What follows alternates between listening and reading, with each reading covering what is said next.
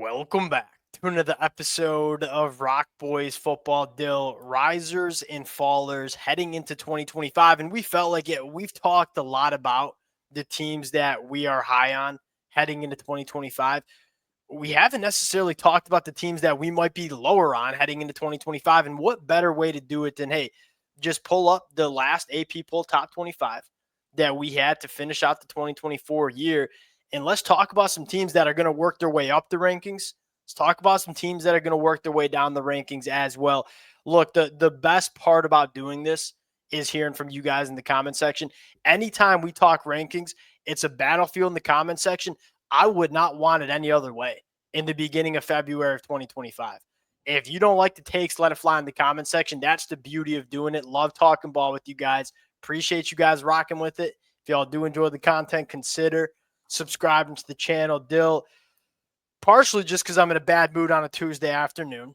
Also, we haven't talked a ton about teams that we're not too high on. Let's talk about the teams that we think might be fallers going into 2025. I will give you the T box here. I know for a fact we're going to disagree on one team. Now it's just up for you to bring them up. Tennessee is probably the first team I Okay, look we at agree on that I that. have some concerns about, and it really does start with what they're going to lose up front on Yeah. both sides. Like their defensive line, replacing guys like Pierce, Amari Thomas, like those guys were such monsters on their defensive line, such a big part of why they were so good. And then on the offensive line, like, are they going to have the pieces to run the ball like they did last year? Because they really, I mean, Nico didn't do enough to elevate that team last year. I think they could have been a much better team if he gave them more. He's kind of the guy it hinges on. He needs to take, in my opinion, quite a big step, if you will, to kind of replace what they're going to lose with some of their pieces up front in the running back position, which If they're going to lose. if if they just run it back with Nico playing very similar to the way he played in 2024, they won't be a top 15 team in the country. Because of what you said, I am concerned about the line. And let's just put a disclaimer out here. Like, we both could have massive eggs on our face because Nico might just there's not many quarterbacks who have a higher ceiling than Nico. If he puts it all together, Tennessee's competing for national championship. The concern here is that, look, Tennessee leaned on that run game a lot, and it was a very good run game for most of the year. It's hard for me to see that run game holding serve. You lose one of the best backs in the country. You lose not only some solid offensive linemen that have played a lot of football together, you lose some people movers up front, some guys that really stimulated that run game. The run game to me is going to take a little bit of a dip. Then you look on the defensive side of the football and say they dominated games at times with that front seven. How good is the front seven going to be in 2025? I don't think it's going to be bad because, like you said, Josh Heupel recruited that position well, but does it hold serve from what we saw in 2024? I'm not necessarily sure. I'm kind of with you. If you don't get a big step from Nico, this team I think could be a slider in 2025. Here's kind of an obvious one, but you kind of have to say it, Boise State. Dylan, when's the last? Can you remember a team that relied on one individual player more than Boise State? And I look, y'all, you can attest to this. Math was never my thing in high school. Still ain't my thing. Was kind of crunching some numbers before we got on for this one. Dill, Ashton Jeanty had the football in his hands nearly 40% of the time for Boise State in 2024. That is ludicrous. I like Maddox Madsen, but I think he looked really, really good at quarterback because he had a really good running back and a really good run game. What does Maddox Madsen look like when you know that run game will take a slide? Because they don't have an Ashton Jeanty walking in through that door.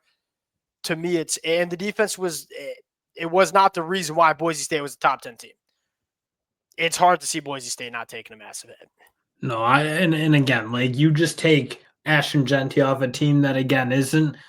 I mean, they're not a top 8 talent team around him. If you look at it, like there's just no way Group 5 teams, I think for the most part, can really do that consistently. And you're just pulling off probably the best running back we've seen in a really long Yeah, time, it's and a the guy Saquon. that they leaned on so much. And you said it, like they're just not good enough around him to replace that type of loss. Like he Yeah. was such a huge I part. got another one for you, Cuse. I hate to do it to my central/western New York brethren, but you talk about another ultra like Kyle McCord. We thought he was buns 12 months ago. You know, the rhetoric around Kyle McCord was he was limiting Ohio State, not good enough, not going to be good at Syracuse. Was one of the better quarterbacks that we saw in the entire country in 2024. if you take a sneak peek at the draft process, the NFL's in love with this kid. They threw the football a lot in 2024. They certainly did not replace Kyle McCord at the quarterback spot. The defense wasn't any good. They were really a top 20 team because of that offense, because of that passing attack. And not only do they lose what I think was one of the better quarterbacks in the country, but also they lose a guy like Rhonda Gadsden. They lose a couple of pieces on the offensive line, both to the NFL draft and the transfer portal. I love the direction that Syracuse is going with Fran Brown. I'm a believer in Fran Brown. I do think you'll see a little bit of a slide in 2025 because I don't see how they replace a quarterback like Kyle McCord, and it was so impactful to the Syracuse team. And you saw them take their shots at quarterbacks like Caden Yeah. Salter. They clearly wanted him, and, Yep. and to miss that's a big miss because like you end up with Ricky Collins, and like again, we don't really know We don't know what exactly he what is. Ricky Collins can be, but that's taken a big leap of faith, especially around a team that hasn't really gotten yet to put the Fran Brown talent around them. And you see their high school recruiting picking way up. You see like they're Yeah, what you 100%. said, like building a program that I think can be sustainable. But in the portal era, and especially with a team like Syracuse that really did rely on some older guys who are really good and played really, really good for them, I think you can see that type of slide from a team like that, especially before they can put their pipeline in place to really just be a consistent, steady squad. All right, I'll open it up to you. Any more followers you want to talk about in the top 25? Indiana. I'd be really surprised to see Indiana back in the top 25. And I do believe in Curt Cignetti to an extent. Well, you don't. You I doubt him. You doubt him every time. Definitely not as much as you. I look at that team and what they're losing. I think Curtis Rourke is so criminally underrated for what he was doing. And I know what you're going to say. Fernando Mendoza may be a more talented quarterback. But there were some moments where I was watching Curtis Rourke play football and just saying, like, It's awesome. Well, there's not a guy who can put the ball in a better place right now and wide receivers who can make the same plays. They get the wide receivers back. Surratt and Cooper, both back. Dogs. That's huge. But I'm not sure you can replicate the magic of Curtis Rourke. And then on the defensive side, they lose their two, in my opinion, stalwarts. So what their defense was in those two defensive tackles who played a ton of football for them, were super active, were really, really disruptive. I think that, along with the fact that I'm not sure they were a top 10 team last year. You look, they played two good teams. They got waxed by two. But yeah, so like the two good teams that they played weren't just good teams. They were the two teams that But then there was nothing in between. championship. Like the next one was Michigan. Michigan wasn't good. Michigan almost beat them. If Michigan had Michigan two weeks after Michigan lost to Indiana, they went on the road and beat them Ohio State Buckeyes. Here's my take on Indiana. Do I think they'll be a top 10 team in the country in 2025? No, they might take a little bit of a slide. I think that could be fair. You're acting like they're going to fall off a cliff, which I think is asinine. One, look at, Curt Cignetti, there's not many better winners in the sport of college football than Curt Cignetti. Another thing that makes me optimistic, look, their coordinators were getting sniffed around by a lot of other big-time Power 4 programs. They decided to stay outside of Sinceri, who left for UCLA, but he was kind of the co-OC, not really the guy there. That tells me, and I know Curt Cignetti got Indiana to pay up, that tells me they believe in what this Indiana program is doing. And lastly, with the Curtis Rourke deal, Curtis Rourke was what he was at Miami of Ohio. You're acting like he was Cam Newton on that team. He went to Curt Cignetti. I think Curtis Rourke's magic that you're saying was much more of a product of Curt Cignetti than it was of Curtis Rourke being a baller. And that's not a shot at Curtis Rourke, but there's a long sample size of him at Ohio, at OU, that was, hey, you're a solid MAC quarterback. Again, we'll see if Fernando Mendoza can operate it the way Curtis Rourke was. Because again, I'll continue to say it. There were points where he was operating it damn near perfect, and that's just really, really hard to do. And yeah, I'll still say, like, was that a really, really elite team last year? I'm not convinced because they really didn't get the chance to prove it. They played like what I said, they played two good teams and they got smoked by them. But they played some other very, very solid teams, in my opinion. And maybe you could call them Michigan. Outside of those two, two teams, like, they were buzzsaws. It wasn't just, hey, we're winning by 7. We are dominating these football teams. It's hard for me to doubt. And I also think that you're kind of underrating some of the really good football players they have coming back, right? They got to return a couple of good offensive linemen. They make some really nice additions in the transfer portal as well. You look at those teams like Indiana, the biggest problem they have consistently is having trench play that's good enough to compete at the highest level of the Power Four.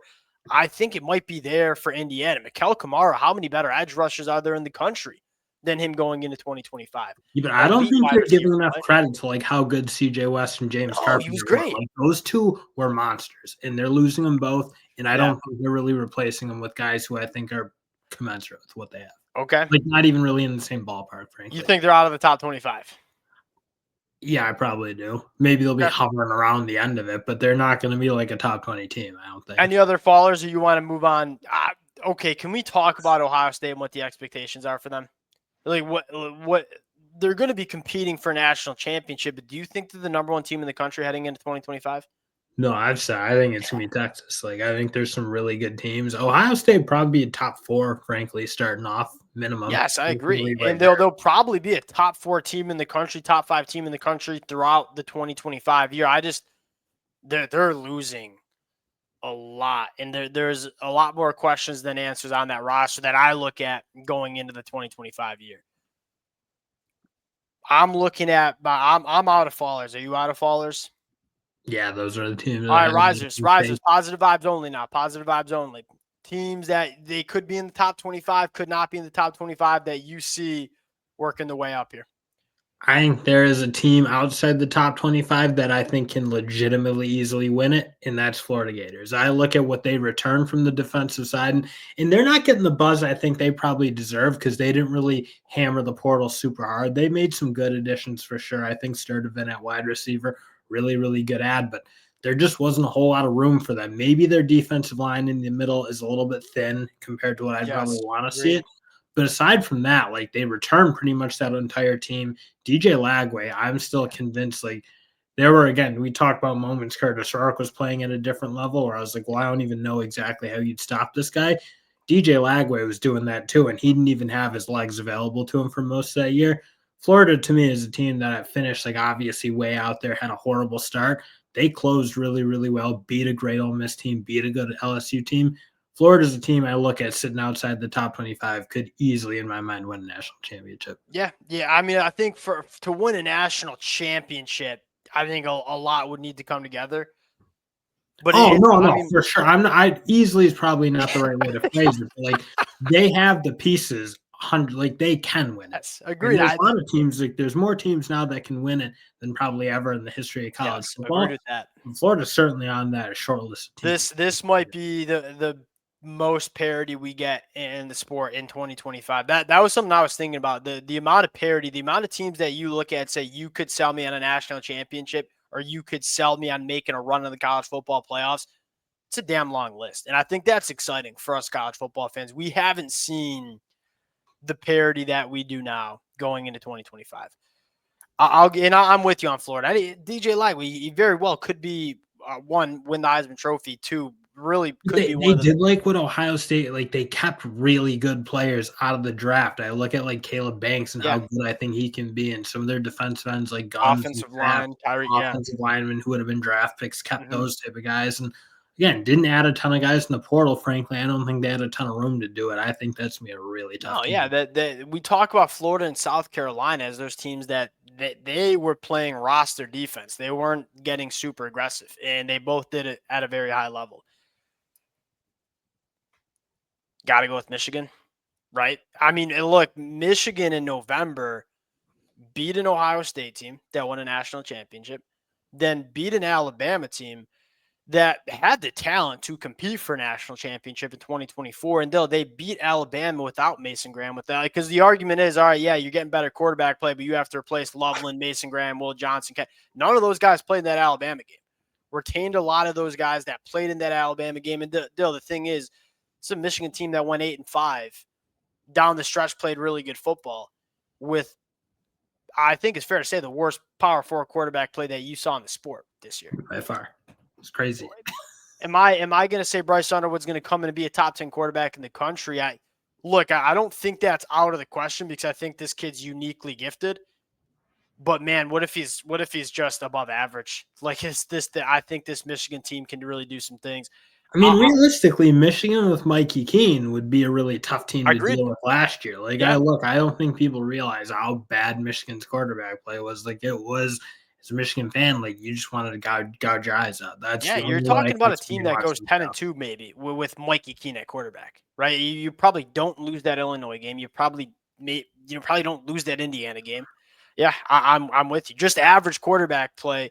I think the one concern that I have is and I'm gonna say we because I'm a Michigan fan, did we do enough around Bryce Underwood to really allow him to cook in 2025? Because as much That as we put heat on the quarterback play, the wide receiver was play horrible. didn't exactly do its own thing either. So it's like, and yeah, Michigan frankly didn't add a whole lot in the portal at the wide receiver spot. No, McCulley and then Simpson, like those aren't, they didn't add a Eric Singleton or a no. Casey And I Concepcion. wonder if Michigan does that in spring. I wonder if they just go through spring because I would imagine it was very hard to evaluate your wide receiver play all of last year with the quarterback play you had.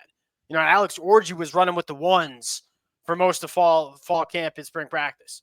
I would guess it's probably hard to evaluate how good our wide receivers are with Alex Orji running with the ones. That probably an unnecessary shot at my guy Alex Orji.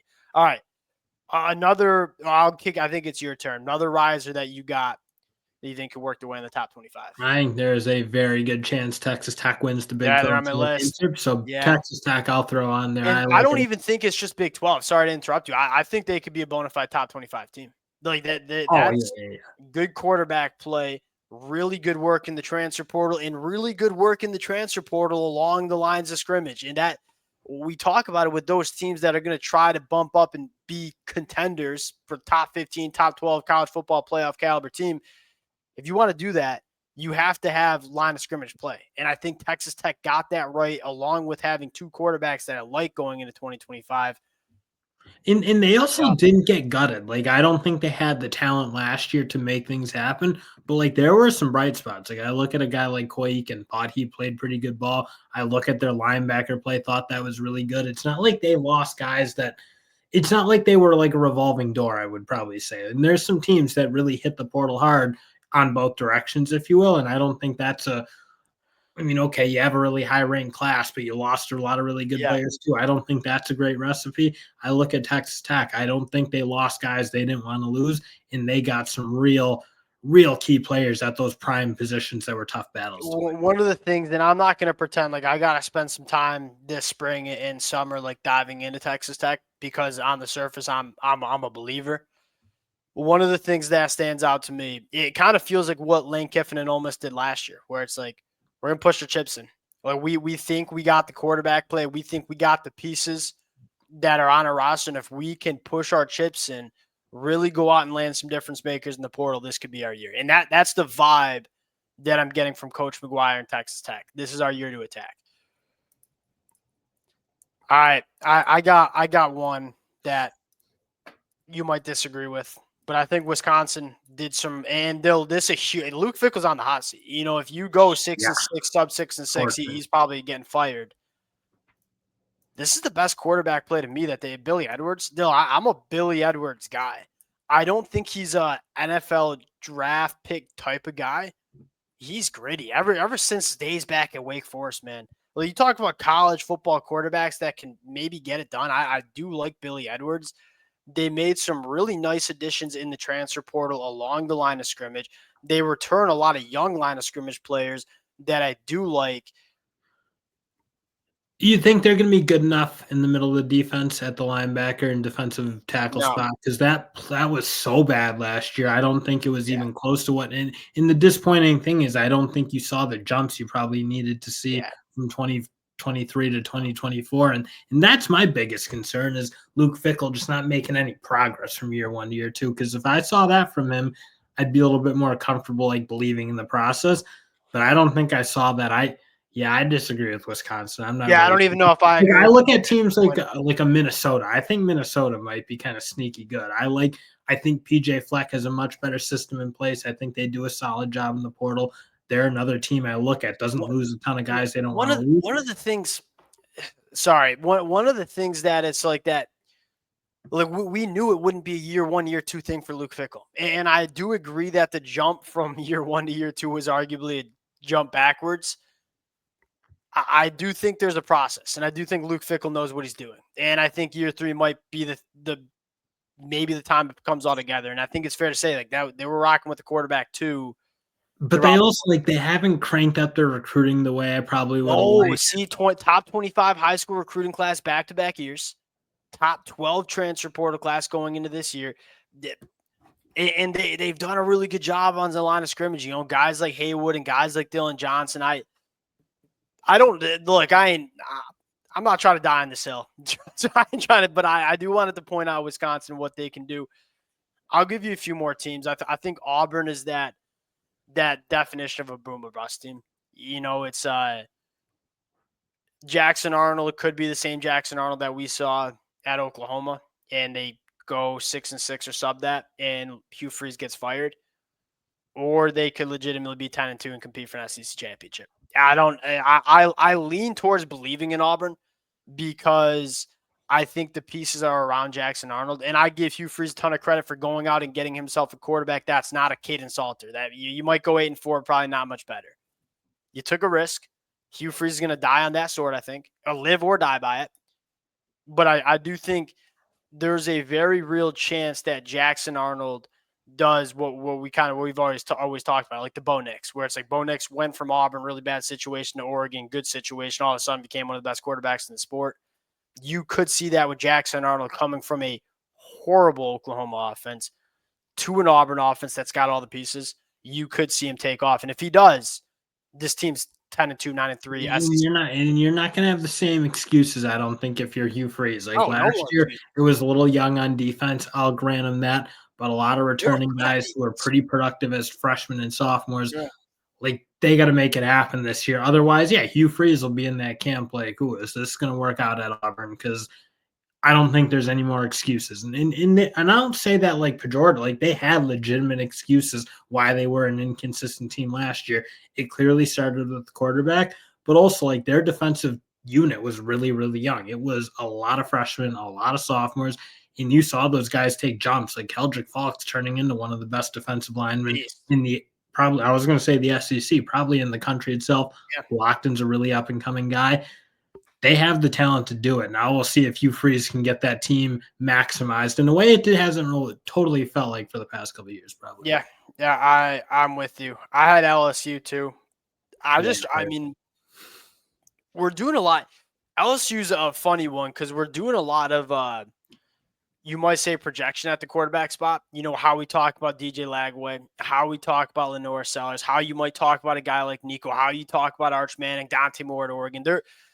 And Lenore Sellers and DJ Lagway probably weren't the best examples because we kind of know they're on the right track. There's a lot of quarterbacks that are Julian Saint at Ohio State, whatever Notre Dame's going to try it out, whether it's Angeli or Carr.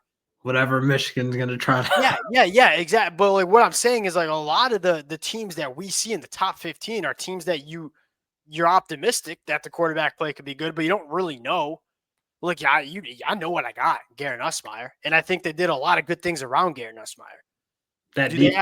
Do they get a year 2 bump from Blake Baker in that defense? And again, they're returning some good pieces. They added some good guys in the secondary.